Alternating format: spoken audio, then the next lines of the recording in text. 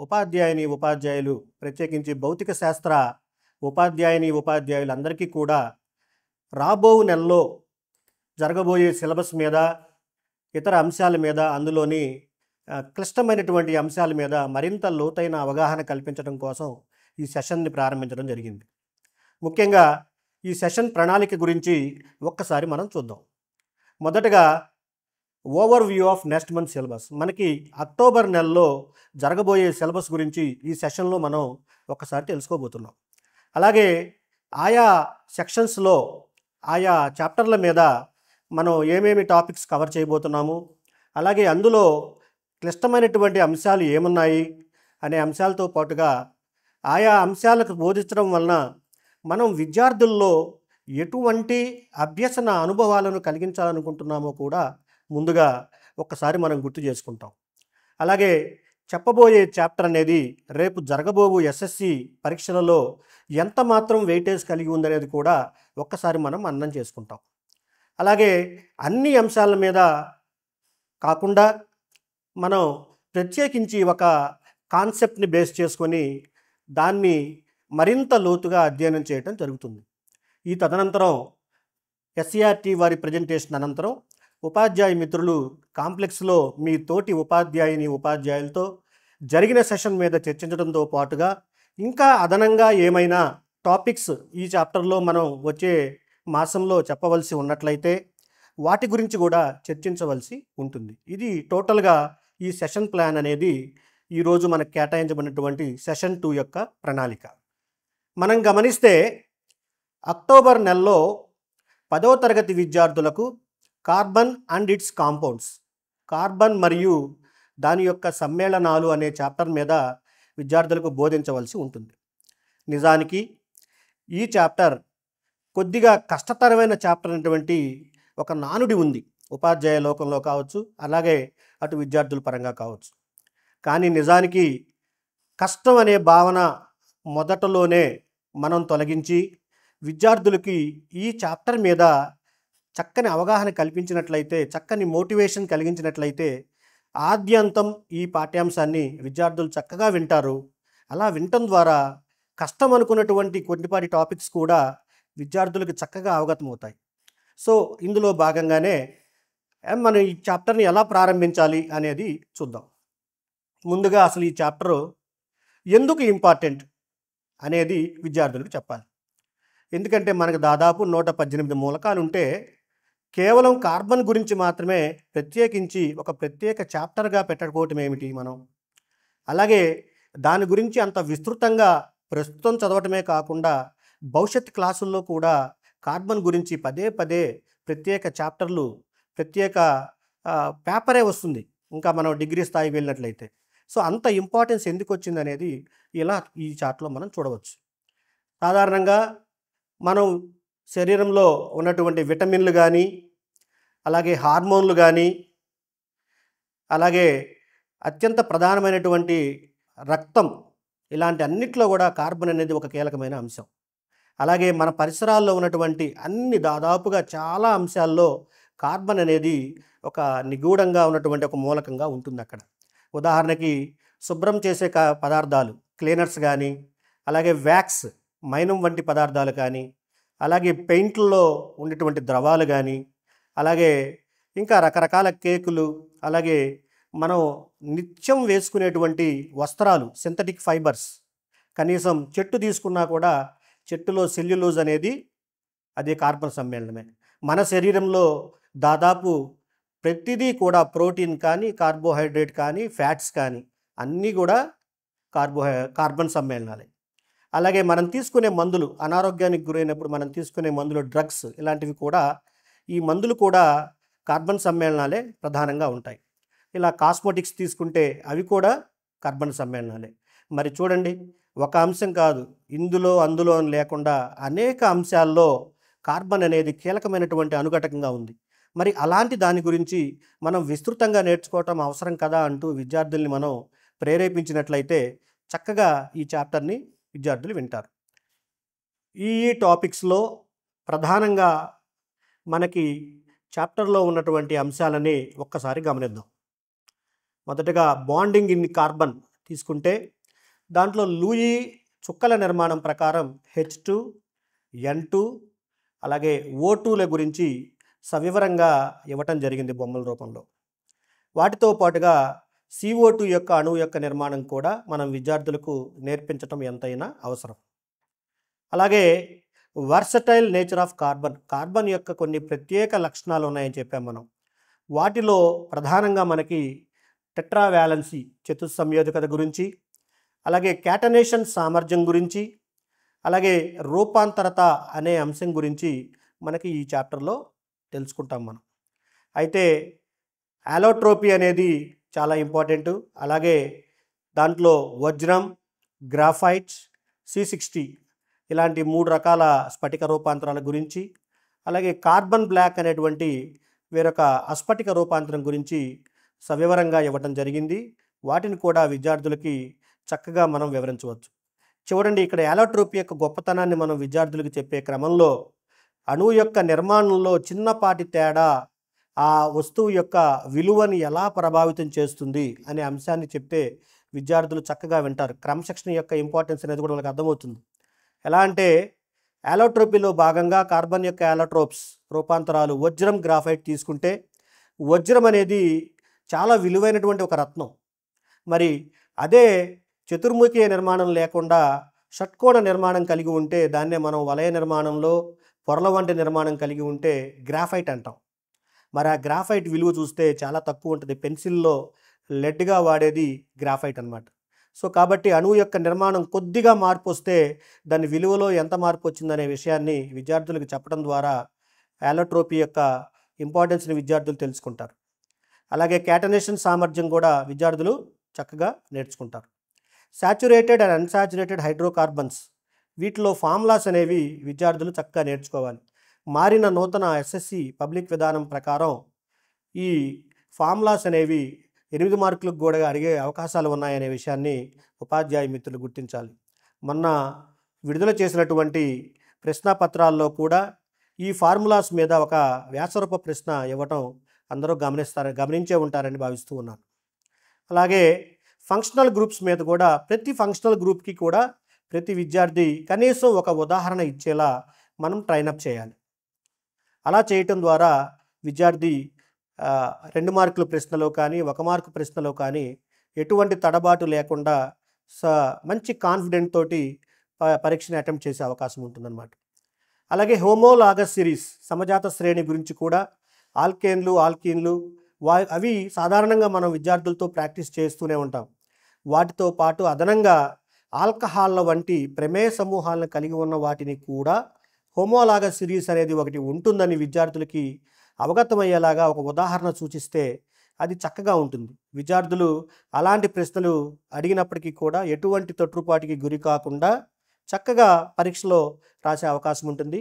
So కాబట్టి ఉపాధ్యాయ మిత్రులు ఆల్కేన్లతో పాటుగా ఆల్కహాల్లకు సంబంధించి కూడా ఒక హోమోలాగస్ సిరీస్ని విద్యార్థులకు చూపి వాటిలో కూడా పక్కపక్క సమ్మేళనాల మధ్య CH2 గ్రూప్ మాత్రమే తేడా ఉంటుందనే విషయాన్ని చెప్తే మరింత సుదీర్ఘంగా చెప్పిన వారు అవుతారు. అలాగే నామకరణ విధానం నామ్నిక్ నేచర్ తీసుకున్నట్లయితే అది విద్యార్థులకి చక్కగా అర్థమవుతుంది. ఎందుకంటే మనం సాచురేట్ అన్సాచురేట్లో భాగంగా ఫార్ములాస్ నేర్పినప్పుడే ఈ నామ్నిక్ నేచర్ కూడా కొంత పరిచయం అవుతుంది. కాబట్టి ఇంకొద్దిగా సుదీర్ఘంగా నేర్చుకుంటే నామ్నిక్ నేచర్లో కూడా పరిణితి సాధించే అవకాశం ఉంటుంది. అలాగే కెమికల్ రియాక్షన్స్ వీటిలో దహనము కంబషన్ గురించి కానీ, సబ్స్టిట్యూషన్ రియాక్షన్ గురించి కానీ, అడిషన్ రియాక్షన్ కానీ, ఆక్సిడేషన్ కానీ ఇవన్నీ కూడా విద్యార్థులకి చక్కగా మరింత స్పష్టతతో విద్యార్థులకి ఉపాధ్యాయులు బోధించాల్సిన అవసరం ఉంది. కంబషన్ తీసుకున్నట్లయితే ఒకే ఒక ఉదాహరణతో విద్యార్థి ప్రొడక్ట్స్ని ఊహించవచ్చు అనమాట. ఎటువంటి హైడ్రోకార్బన్ తీసుకున్నా కూడా అది దహనం చెందితే వచ్చేది CO2 మరియు H2O ఆ రెండే అనే విషయాన్ని విద్యార్థులకు చెప్పినట్లయితే విద్యార్థులు తమకు తెలియని సందర్భంలో కూడా ప్రొడక్ట్స్ ఏంటి అనేది ఊహించి రాసే అవకాశం ఉంటుంది.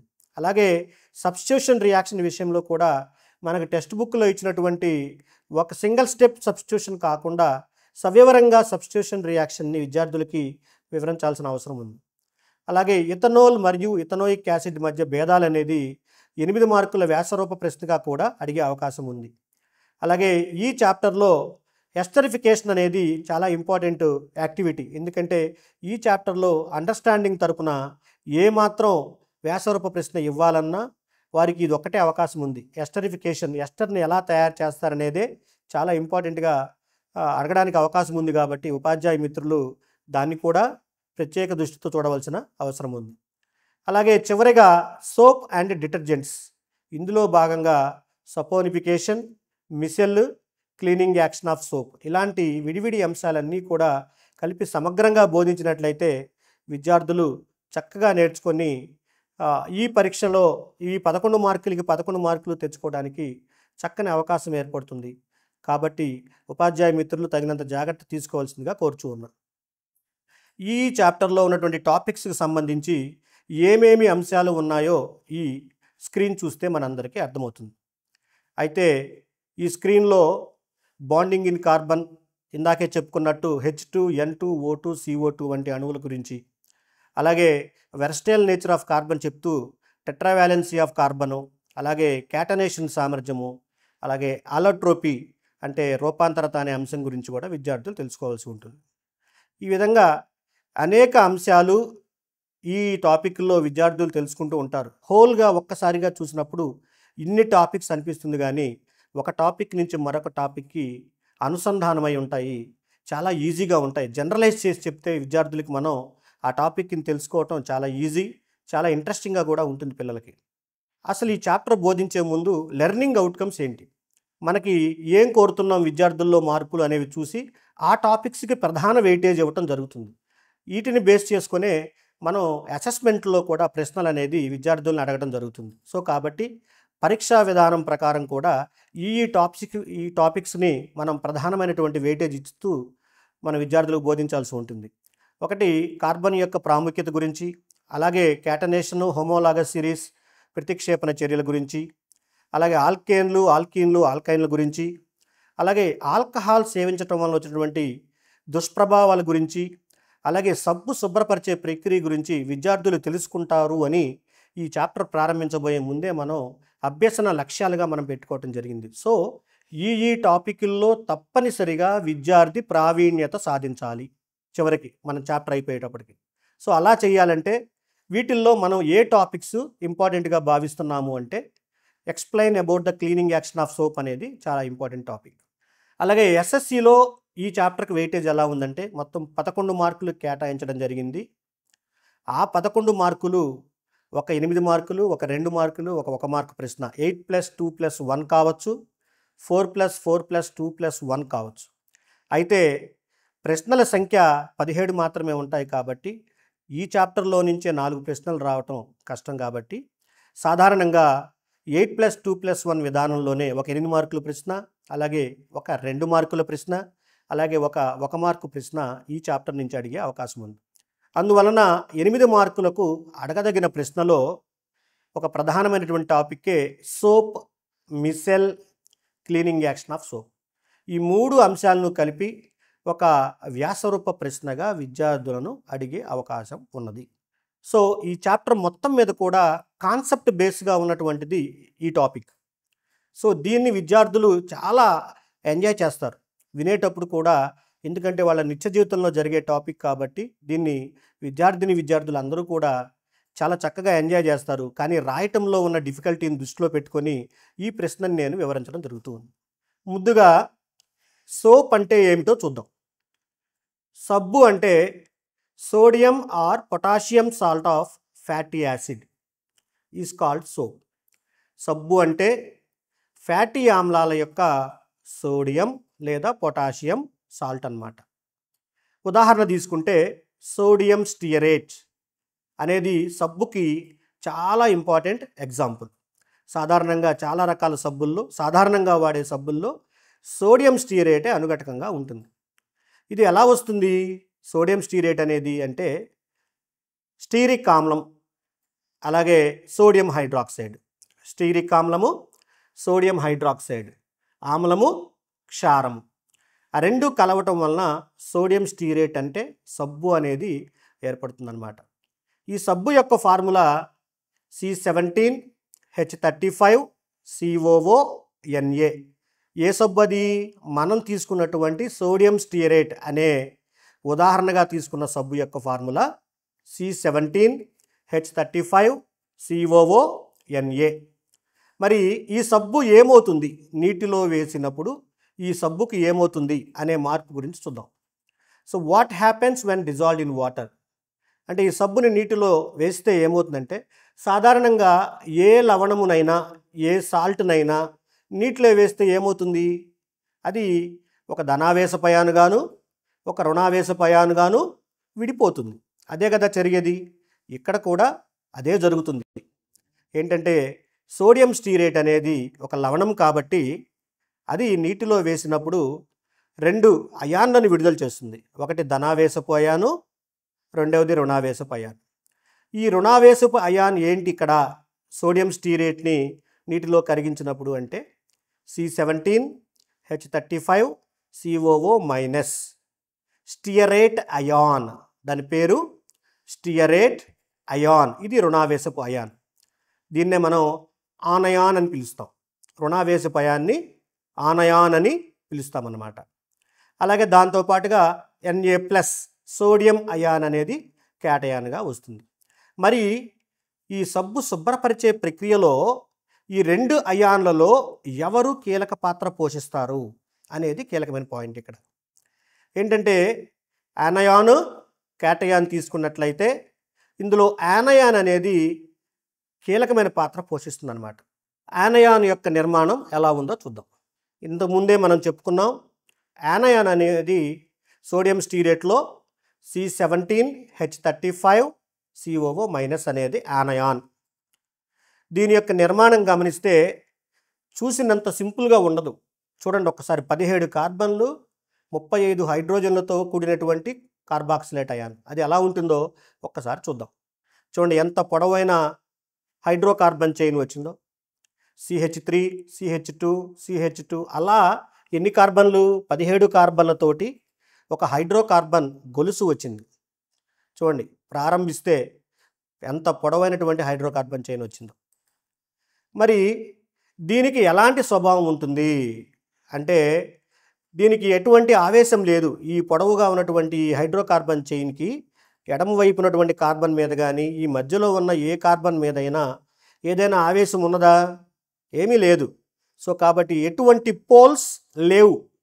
కాబట్టి దాన్ని మనం ఏమని పిలవాలి? నాన్ పోలార్ హైడ్రోకార్బన్ చైన్ అనాలి. ఎటువంటి పోల్స్ లేవు కాబట్టి నాన్ పోలార్ హైడ్రోకార్బన్ చైన్. బాగా పొడవుగా ఉంది. మరి ఒక చివర ఏముందంటే COO-. దీనికి మాత్రం ఆవేశం ఉంది. దానికి ఆవేశం ఉంది కాబట్టి దాన్ని ఏమనాలి మనం? పోలార్ అనాలి. Polar carboxylate group. ఇది పోలార్ కార్బాక్సిలేట్ గ్రూప్ అన్నమాట COO- అనేది. ఇక్కడ వీటి యొక్క ప్రవర్తన గురించి ఒక్క మాట కింద మనం చూద్దాం. ముందుగా ఇది నాన్ పోలార్ హైడ్రోకార్బన్ చైన్ అన్నాము. ఎడం వైపున ఉన్న భాగము పొడవుగా గొలుసు వలె ఉన్నది. నాన్ పోలార్ కాబట్టి ఇది ఎలాంటి వాటితో ఫ్రెండ్షిప్ చేస్తుంది, ఎలాంటి వాటితో కలవటానికి ఇష్టపడుతుంది అనేది కీలకమైన పాయింట్ ఇక్కడ. పోల్స్ లేనివి ఎప్పుడు కూడా పోల్స్ ఉండనటువంటి ద్రవాలతోనే కలవటానికి ఇష్టపడతాయి. ద్రవాలు కానీ పదార్థాలను కానీ. అంటే పోల్స్ ఉండే ద్రవం ఏదైనా ఉందా నీకు తెలిసిన ఉదాహరణ అంటే బెస్ట్ ఎగ్జాంపుల్ వాటర్. వాటర్కి H+OH- 2 ధృవాలు ఉంటాయి. అలా ధృవాలు లేనటువంటి పదార్థాలని నాన్ పోలార్ సాల్వెంట్స్ అంటారు. ధృవాలు ఉంటేనేమో పోలార్ సాల్వెంట్స్ అంటారు. ఎప్పుడు కూడా నాన్ పోలార్ పదార్థాలు అనేవి నాన్ పోలార్ పదార్థాలతోనే కలవటానికి ఇష్టపడతాయి. సో కాబట్టి ఈ పొడవాటి హైడ్రోకార్బన్ చైన్ అనేది ఎవరితో కలవడానికి ఇష్టపడుతుందంటే పోల్స్ లేనటువంటి వేరొక పదార్థంతో. అంటే నీటితో మాత్రం కలవదు. అందుకే దాన్ని ఇక్కడ మనం హైడ్రోఫోబిక్ అన్నాం. హైడ్రో అంటే నీరు, ఫోబిక్ అంటే ఇష్టం ఉండదు. అంటే నీరంటే ఇష్టం ఉండదు ఎవరికి? ఈ లాంగ్ హైడ్రోకార్బన్ చైన్కి. మరి ఈ తల ప్రాంతం COO- ఉంది చూసారా, అది పోలార్. దానికి ఆవేశం ఉంది. సో కాబట్టి ఇది ఎలాంటి పదార్థాన్ని ఇష్టపడుతుంది? ఆవేశము ఉన్నటువంటి వేరొక పదార్థాన్ని ఇష్టపడుతుంది. ఉదాహరణకి నీరు తీసుకుంటే హైడ్రో అంటే నీరు, దానికి ఆవేశాలు ఉన్నాయి. కాబట్టి ఈ తలభాగము COO- అనేది నీటితోటి ఇష్టపడుతుంది, నీరు అంటే ఇష్టపడుతుంది. అందుకే ఈ తలభాగానికి ఉన్న స్వభావం ఏమో హైడ్రోఫిలిక్ అన్నాము. ఫిలిక్ అంటే ఇష్టం, హైడ్రో అంటే నీరు, నీరంటే ఇష్టం తలకి. మరి ఈ పొడవాటి హైడ్రోకార్బన్ తోకకి ఎవరంటే ఇష్టం? నీరంటే ఇష్టం లేదని చెప్పాం, హైడ్రోఫోబిక్ అన్నాం దీనికి. మరి ఎవరంటే ఇష్టం అంటే ఆయిల్ అంటే ఇష్టం. ఆయిల్ కానీ, డస్ట్ కానీ, డర్ట్ కానీ, మురికి కానీ, ఇవన్నీ కూడా హైడ్రోఫోబిక్ స్వభావం కలిగి ఉంటాయి. ఆయిలీ నేచర్ ఉంటుంది. ఉదాహరణకి మనం చర్మం మీదే చూడండి ఒకసారి, చెమటగా ఉన్నప్పుడు కొద్దిగా జిగటగా ఉంటుంది. అట్లా మురికి అనేది ఎక్కడున్నా కూడా అది ఆయిలీగా ఉంటుంది. కాబట్టి అలాంటివంటే తోకకి ఇష్టము, తలకేమో నీరంటే ఇష్టం. చూడండి, ఒక్క యానయాన్ C17H35 COO-కి ఒక యానయానికి 2 రకాల స్వభావాలు. తలేమో నీరంటే ఇష్టపడుతుంది, తోకేమో మురికి లేదా ఆయిల్ అంటే ఇష్టపడుతుంది. మరి ఈ డ్యూయల్ నేచర్ ఉండటం వలనే సబ్బు అనేది శుభ్రపరచగలుగుతుంది అన్నమాట మురికిని. ఈ డ్యూయల్ నేచర్ ఆఫ్ యానయాన్ని అర్థం చేసుకున్నట్లయితే సబ్బు శుభ్రపరిచే ప్రక్రియని అర్థం చేసుకోవటం పెద్ద కష్టమేమీ కాదు. ఈ పొడవాటి హైడ్రోకార్బన్ చైన్ని సింపుల్గా మనం డయాగ్రమాటిక్గా చూసేటప్పుడు ఇలా అప్ అండ్ డౌన్ జిగ్జాగ్గా ఉన్నటువంటి ఒక రేఖలతోటి సూచించడం అనేది సంక్షిప్త రూపం అన్నమాట. ఎందుకంటే ప్రక్రియ మొత్తాన్ని మనం వివరించబోయే సమయంలో ఇంత పొడవాటి నిర్మాణాన్ని చూపించడం కంటే సంక్షిప్త రూపం చూపిస్తే చక్కగా అర్థమవుతుంది. కాబట్టి సంక్షిప్త రూపాన్ని నేను ఇక్కడ చూపడం జరిగింది. ఈ సంక్షిప్త రూపాన్ని నేను మరింత సంక్షిప్తంగా ఒక చిన్న వేవ్ లాగా తోక భాగం మొత్తాన్ని, హైడ్రోకార్బన్ చైన్ని ఒక చిన్న తోకలాగా వేవ్ మాదిరిగా చూపడం జరిగింది. తల భాగాన్ని COO- ఒక చిన్న బంతిలాగా చూపించడం జరిగింది. ఇది సింగిల్గా సోప్ యొక్క యానయాన్ యొక్క సంక్షిప్త రూపం అండి. ఇది ఈ రూపాన్నే మనం తర్వాత రాబోయేటువంటి ప్రక్రియ మొత్తంలో వివరించుకోవడం జరుగుతుంది. ఇది ఒక్కసారి గమనించండి. మధ్యలో పసుపు రంగులో ఉన్నటువంటి ఈ గోళం అనేది ఒక పదార్థం స్పాట్ మొత్తం కూడా మనకి మురికిని తెలియజేస్తుంది. ఈ మురికి లోపలికి ఈ ఆకుపచ్చనివన్నీ కూడా కార్బాక్సిలేట్ అయాన్లు, తలలు, యానయాన్ యొక్క తలలు అన్నమాట. అవన్నీ కూడా తల మరియు తోకతోటి ఇవన్నీ వచ్చి ఈ మురికిలో చూడండి, హైడ్రోకార్బన్ చైన్, ఆయిల్ అంటే ఇష్టమని ఇందాకే చెప్పుకున్నాం మనం, అది వచ్చి లోపలికి ఇలా చొచ్చుకొని పోయింది. తలలేమో అన్నీ పైకి వచ్చేసాయి. ఇలా రావటం ద్వారా ఇవన్నీ కలిపి ఒక గోళాకారంలో ఒక పెద్ద ఒకే ఒక అణువులాగా మారిపోయాయి. మురికితో కూడి హైడ్రోకార్బన్ తోక, అలాగే హైడ్రోఫిలిక్ తల, రెండు ఉన్నటువంటి అనేక అణువులు ఒక చోట చేరి మొత్తం కలిపి ఒకే ఒక అగ్రిగేట్ అణువుగా కనిపిస్తూ ఉంది ఒక గోళాకారంలో. ఈ అణువు రూపంలో సంతరించుకుంటాయన్నమాట. దీన్ని ప్రత్యేకించి ఒక పేరుతో పిలుస్తాం మనం. అదేంటంటే మిసెల్ లేదా మిసిలి అంటారు.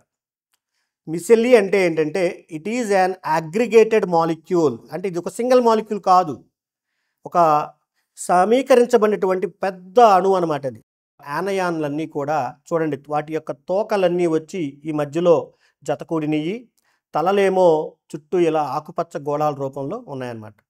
ఇలా చూస్తే ఇది చూడటానికి ఒకే ఒక molecule. This is an aggregated molecule.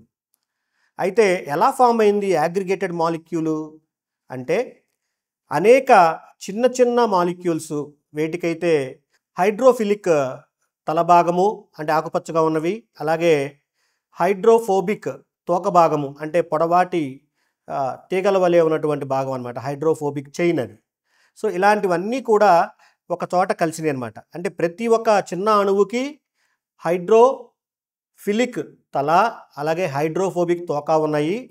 అలాంటివన్నీ కూడా కలిసి ఒక దానితోటి ఒకటి ఒక పెద్ద అగ్రిగేటెడ్ మాలిక్యూల్గా ఏర్పడినాయి అనమాట. ఈ అగ్రిగేటెడ్ మాలిక్యూల్ని మనం మిసెల్ లేదా మిసిలి అని పిలుస్తాం మనం.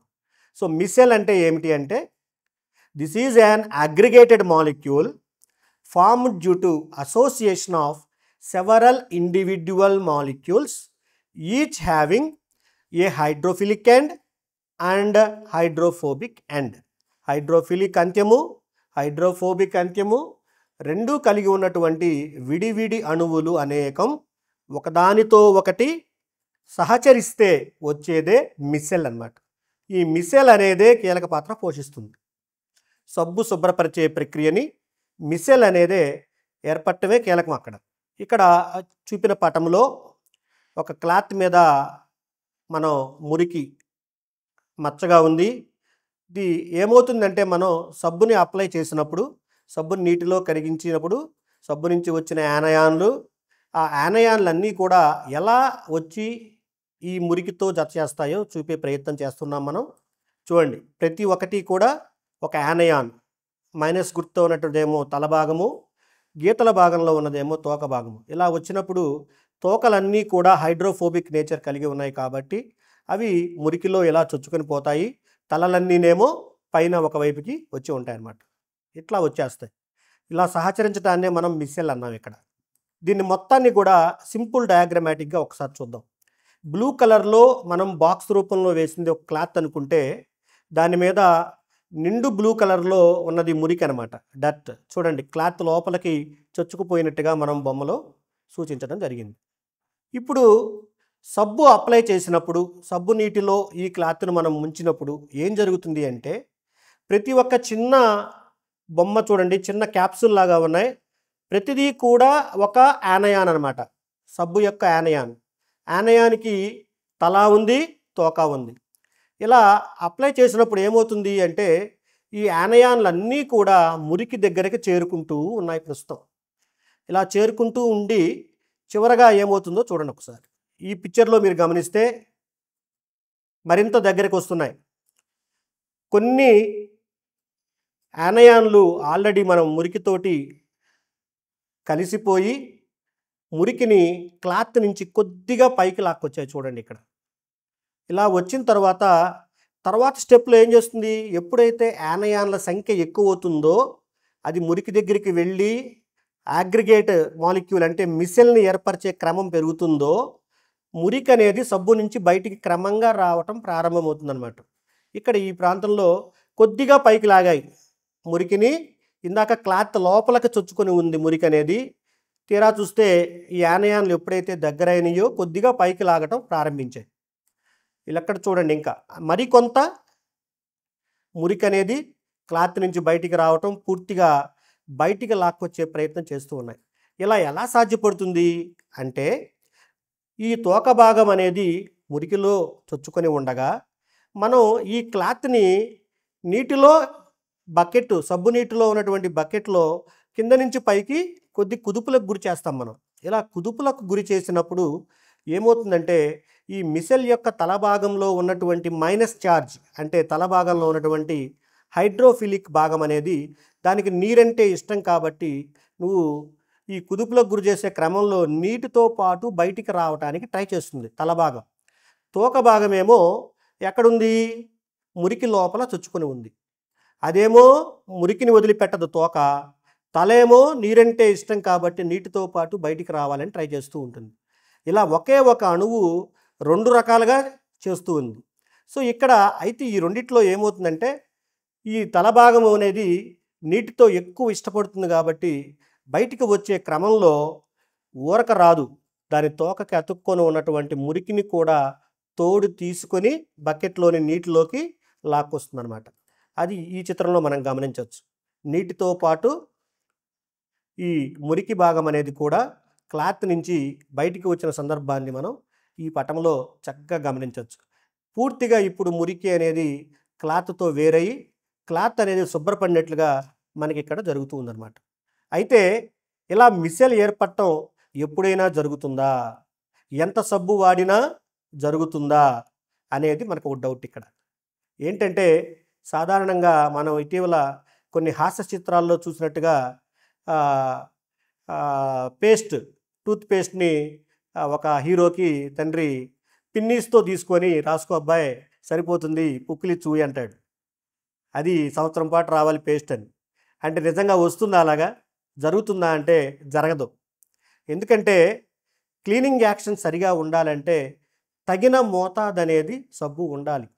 అలాగే ఇక్కడ మిసెల్ ఏర్పడాలన్నా కూడా సబ్బు యొక్క యానయాన్ల యొక్క గాఢత సబ్బు నీటిలో కనీసం కొంత అనేది ఒక 5 గ్రాములనో 2 గ్రాములనో మనం తీసుకున్న బకెట్లో తీసుకున్న నీటి పరిమాణాన్ని ఆధారంగా తగినంత కాన్సంట్రేషన్లో ఉంటేనే సబ్బు యొక్క యానయాన్లు మిసెల్ ఏర్పడుతుంది. అలా మిసెల్ ఏర్పడాలంటే మనం కనీసం ఉండవలసిన సబ్బు యొక్క పరిమాణాన్నే క్రిటికల్ మిసెల్ కాన్సంట్రేషన్ అంటారు. Critical micelle concentration CMC. The minimum concentration of soap required to form micelles is called critical micelle concentration.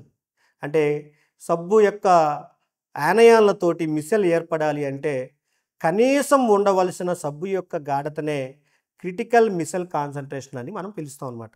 ఆ తగినంత కాన్సంట్రేషన్లో సబ్బు లేకపోతే మిసెల్ ఏర్పడదు.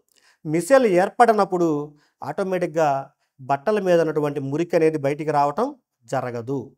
సో కాబట్టి మిసెల్ ఏర్పడటం ఎంత ముఖ్యమో అది ఏర్పడాలంటే తగినంత సబ్బును ఉపయోగించడం కూడా అంతే ముఖ్యమనే విషయాన్ని అందరూ గమనించాలి. ఇది క్రిటికల్ మిసెల్ కాన్సంట్రేషన్ గురించి.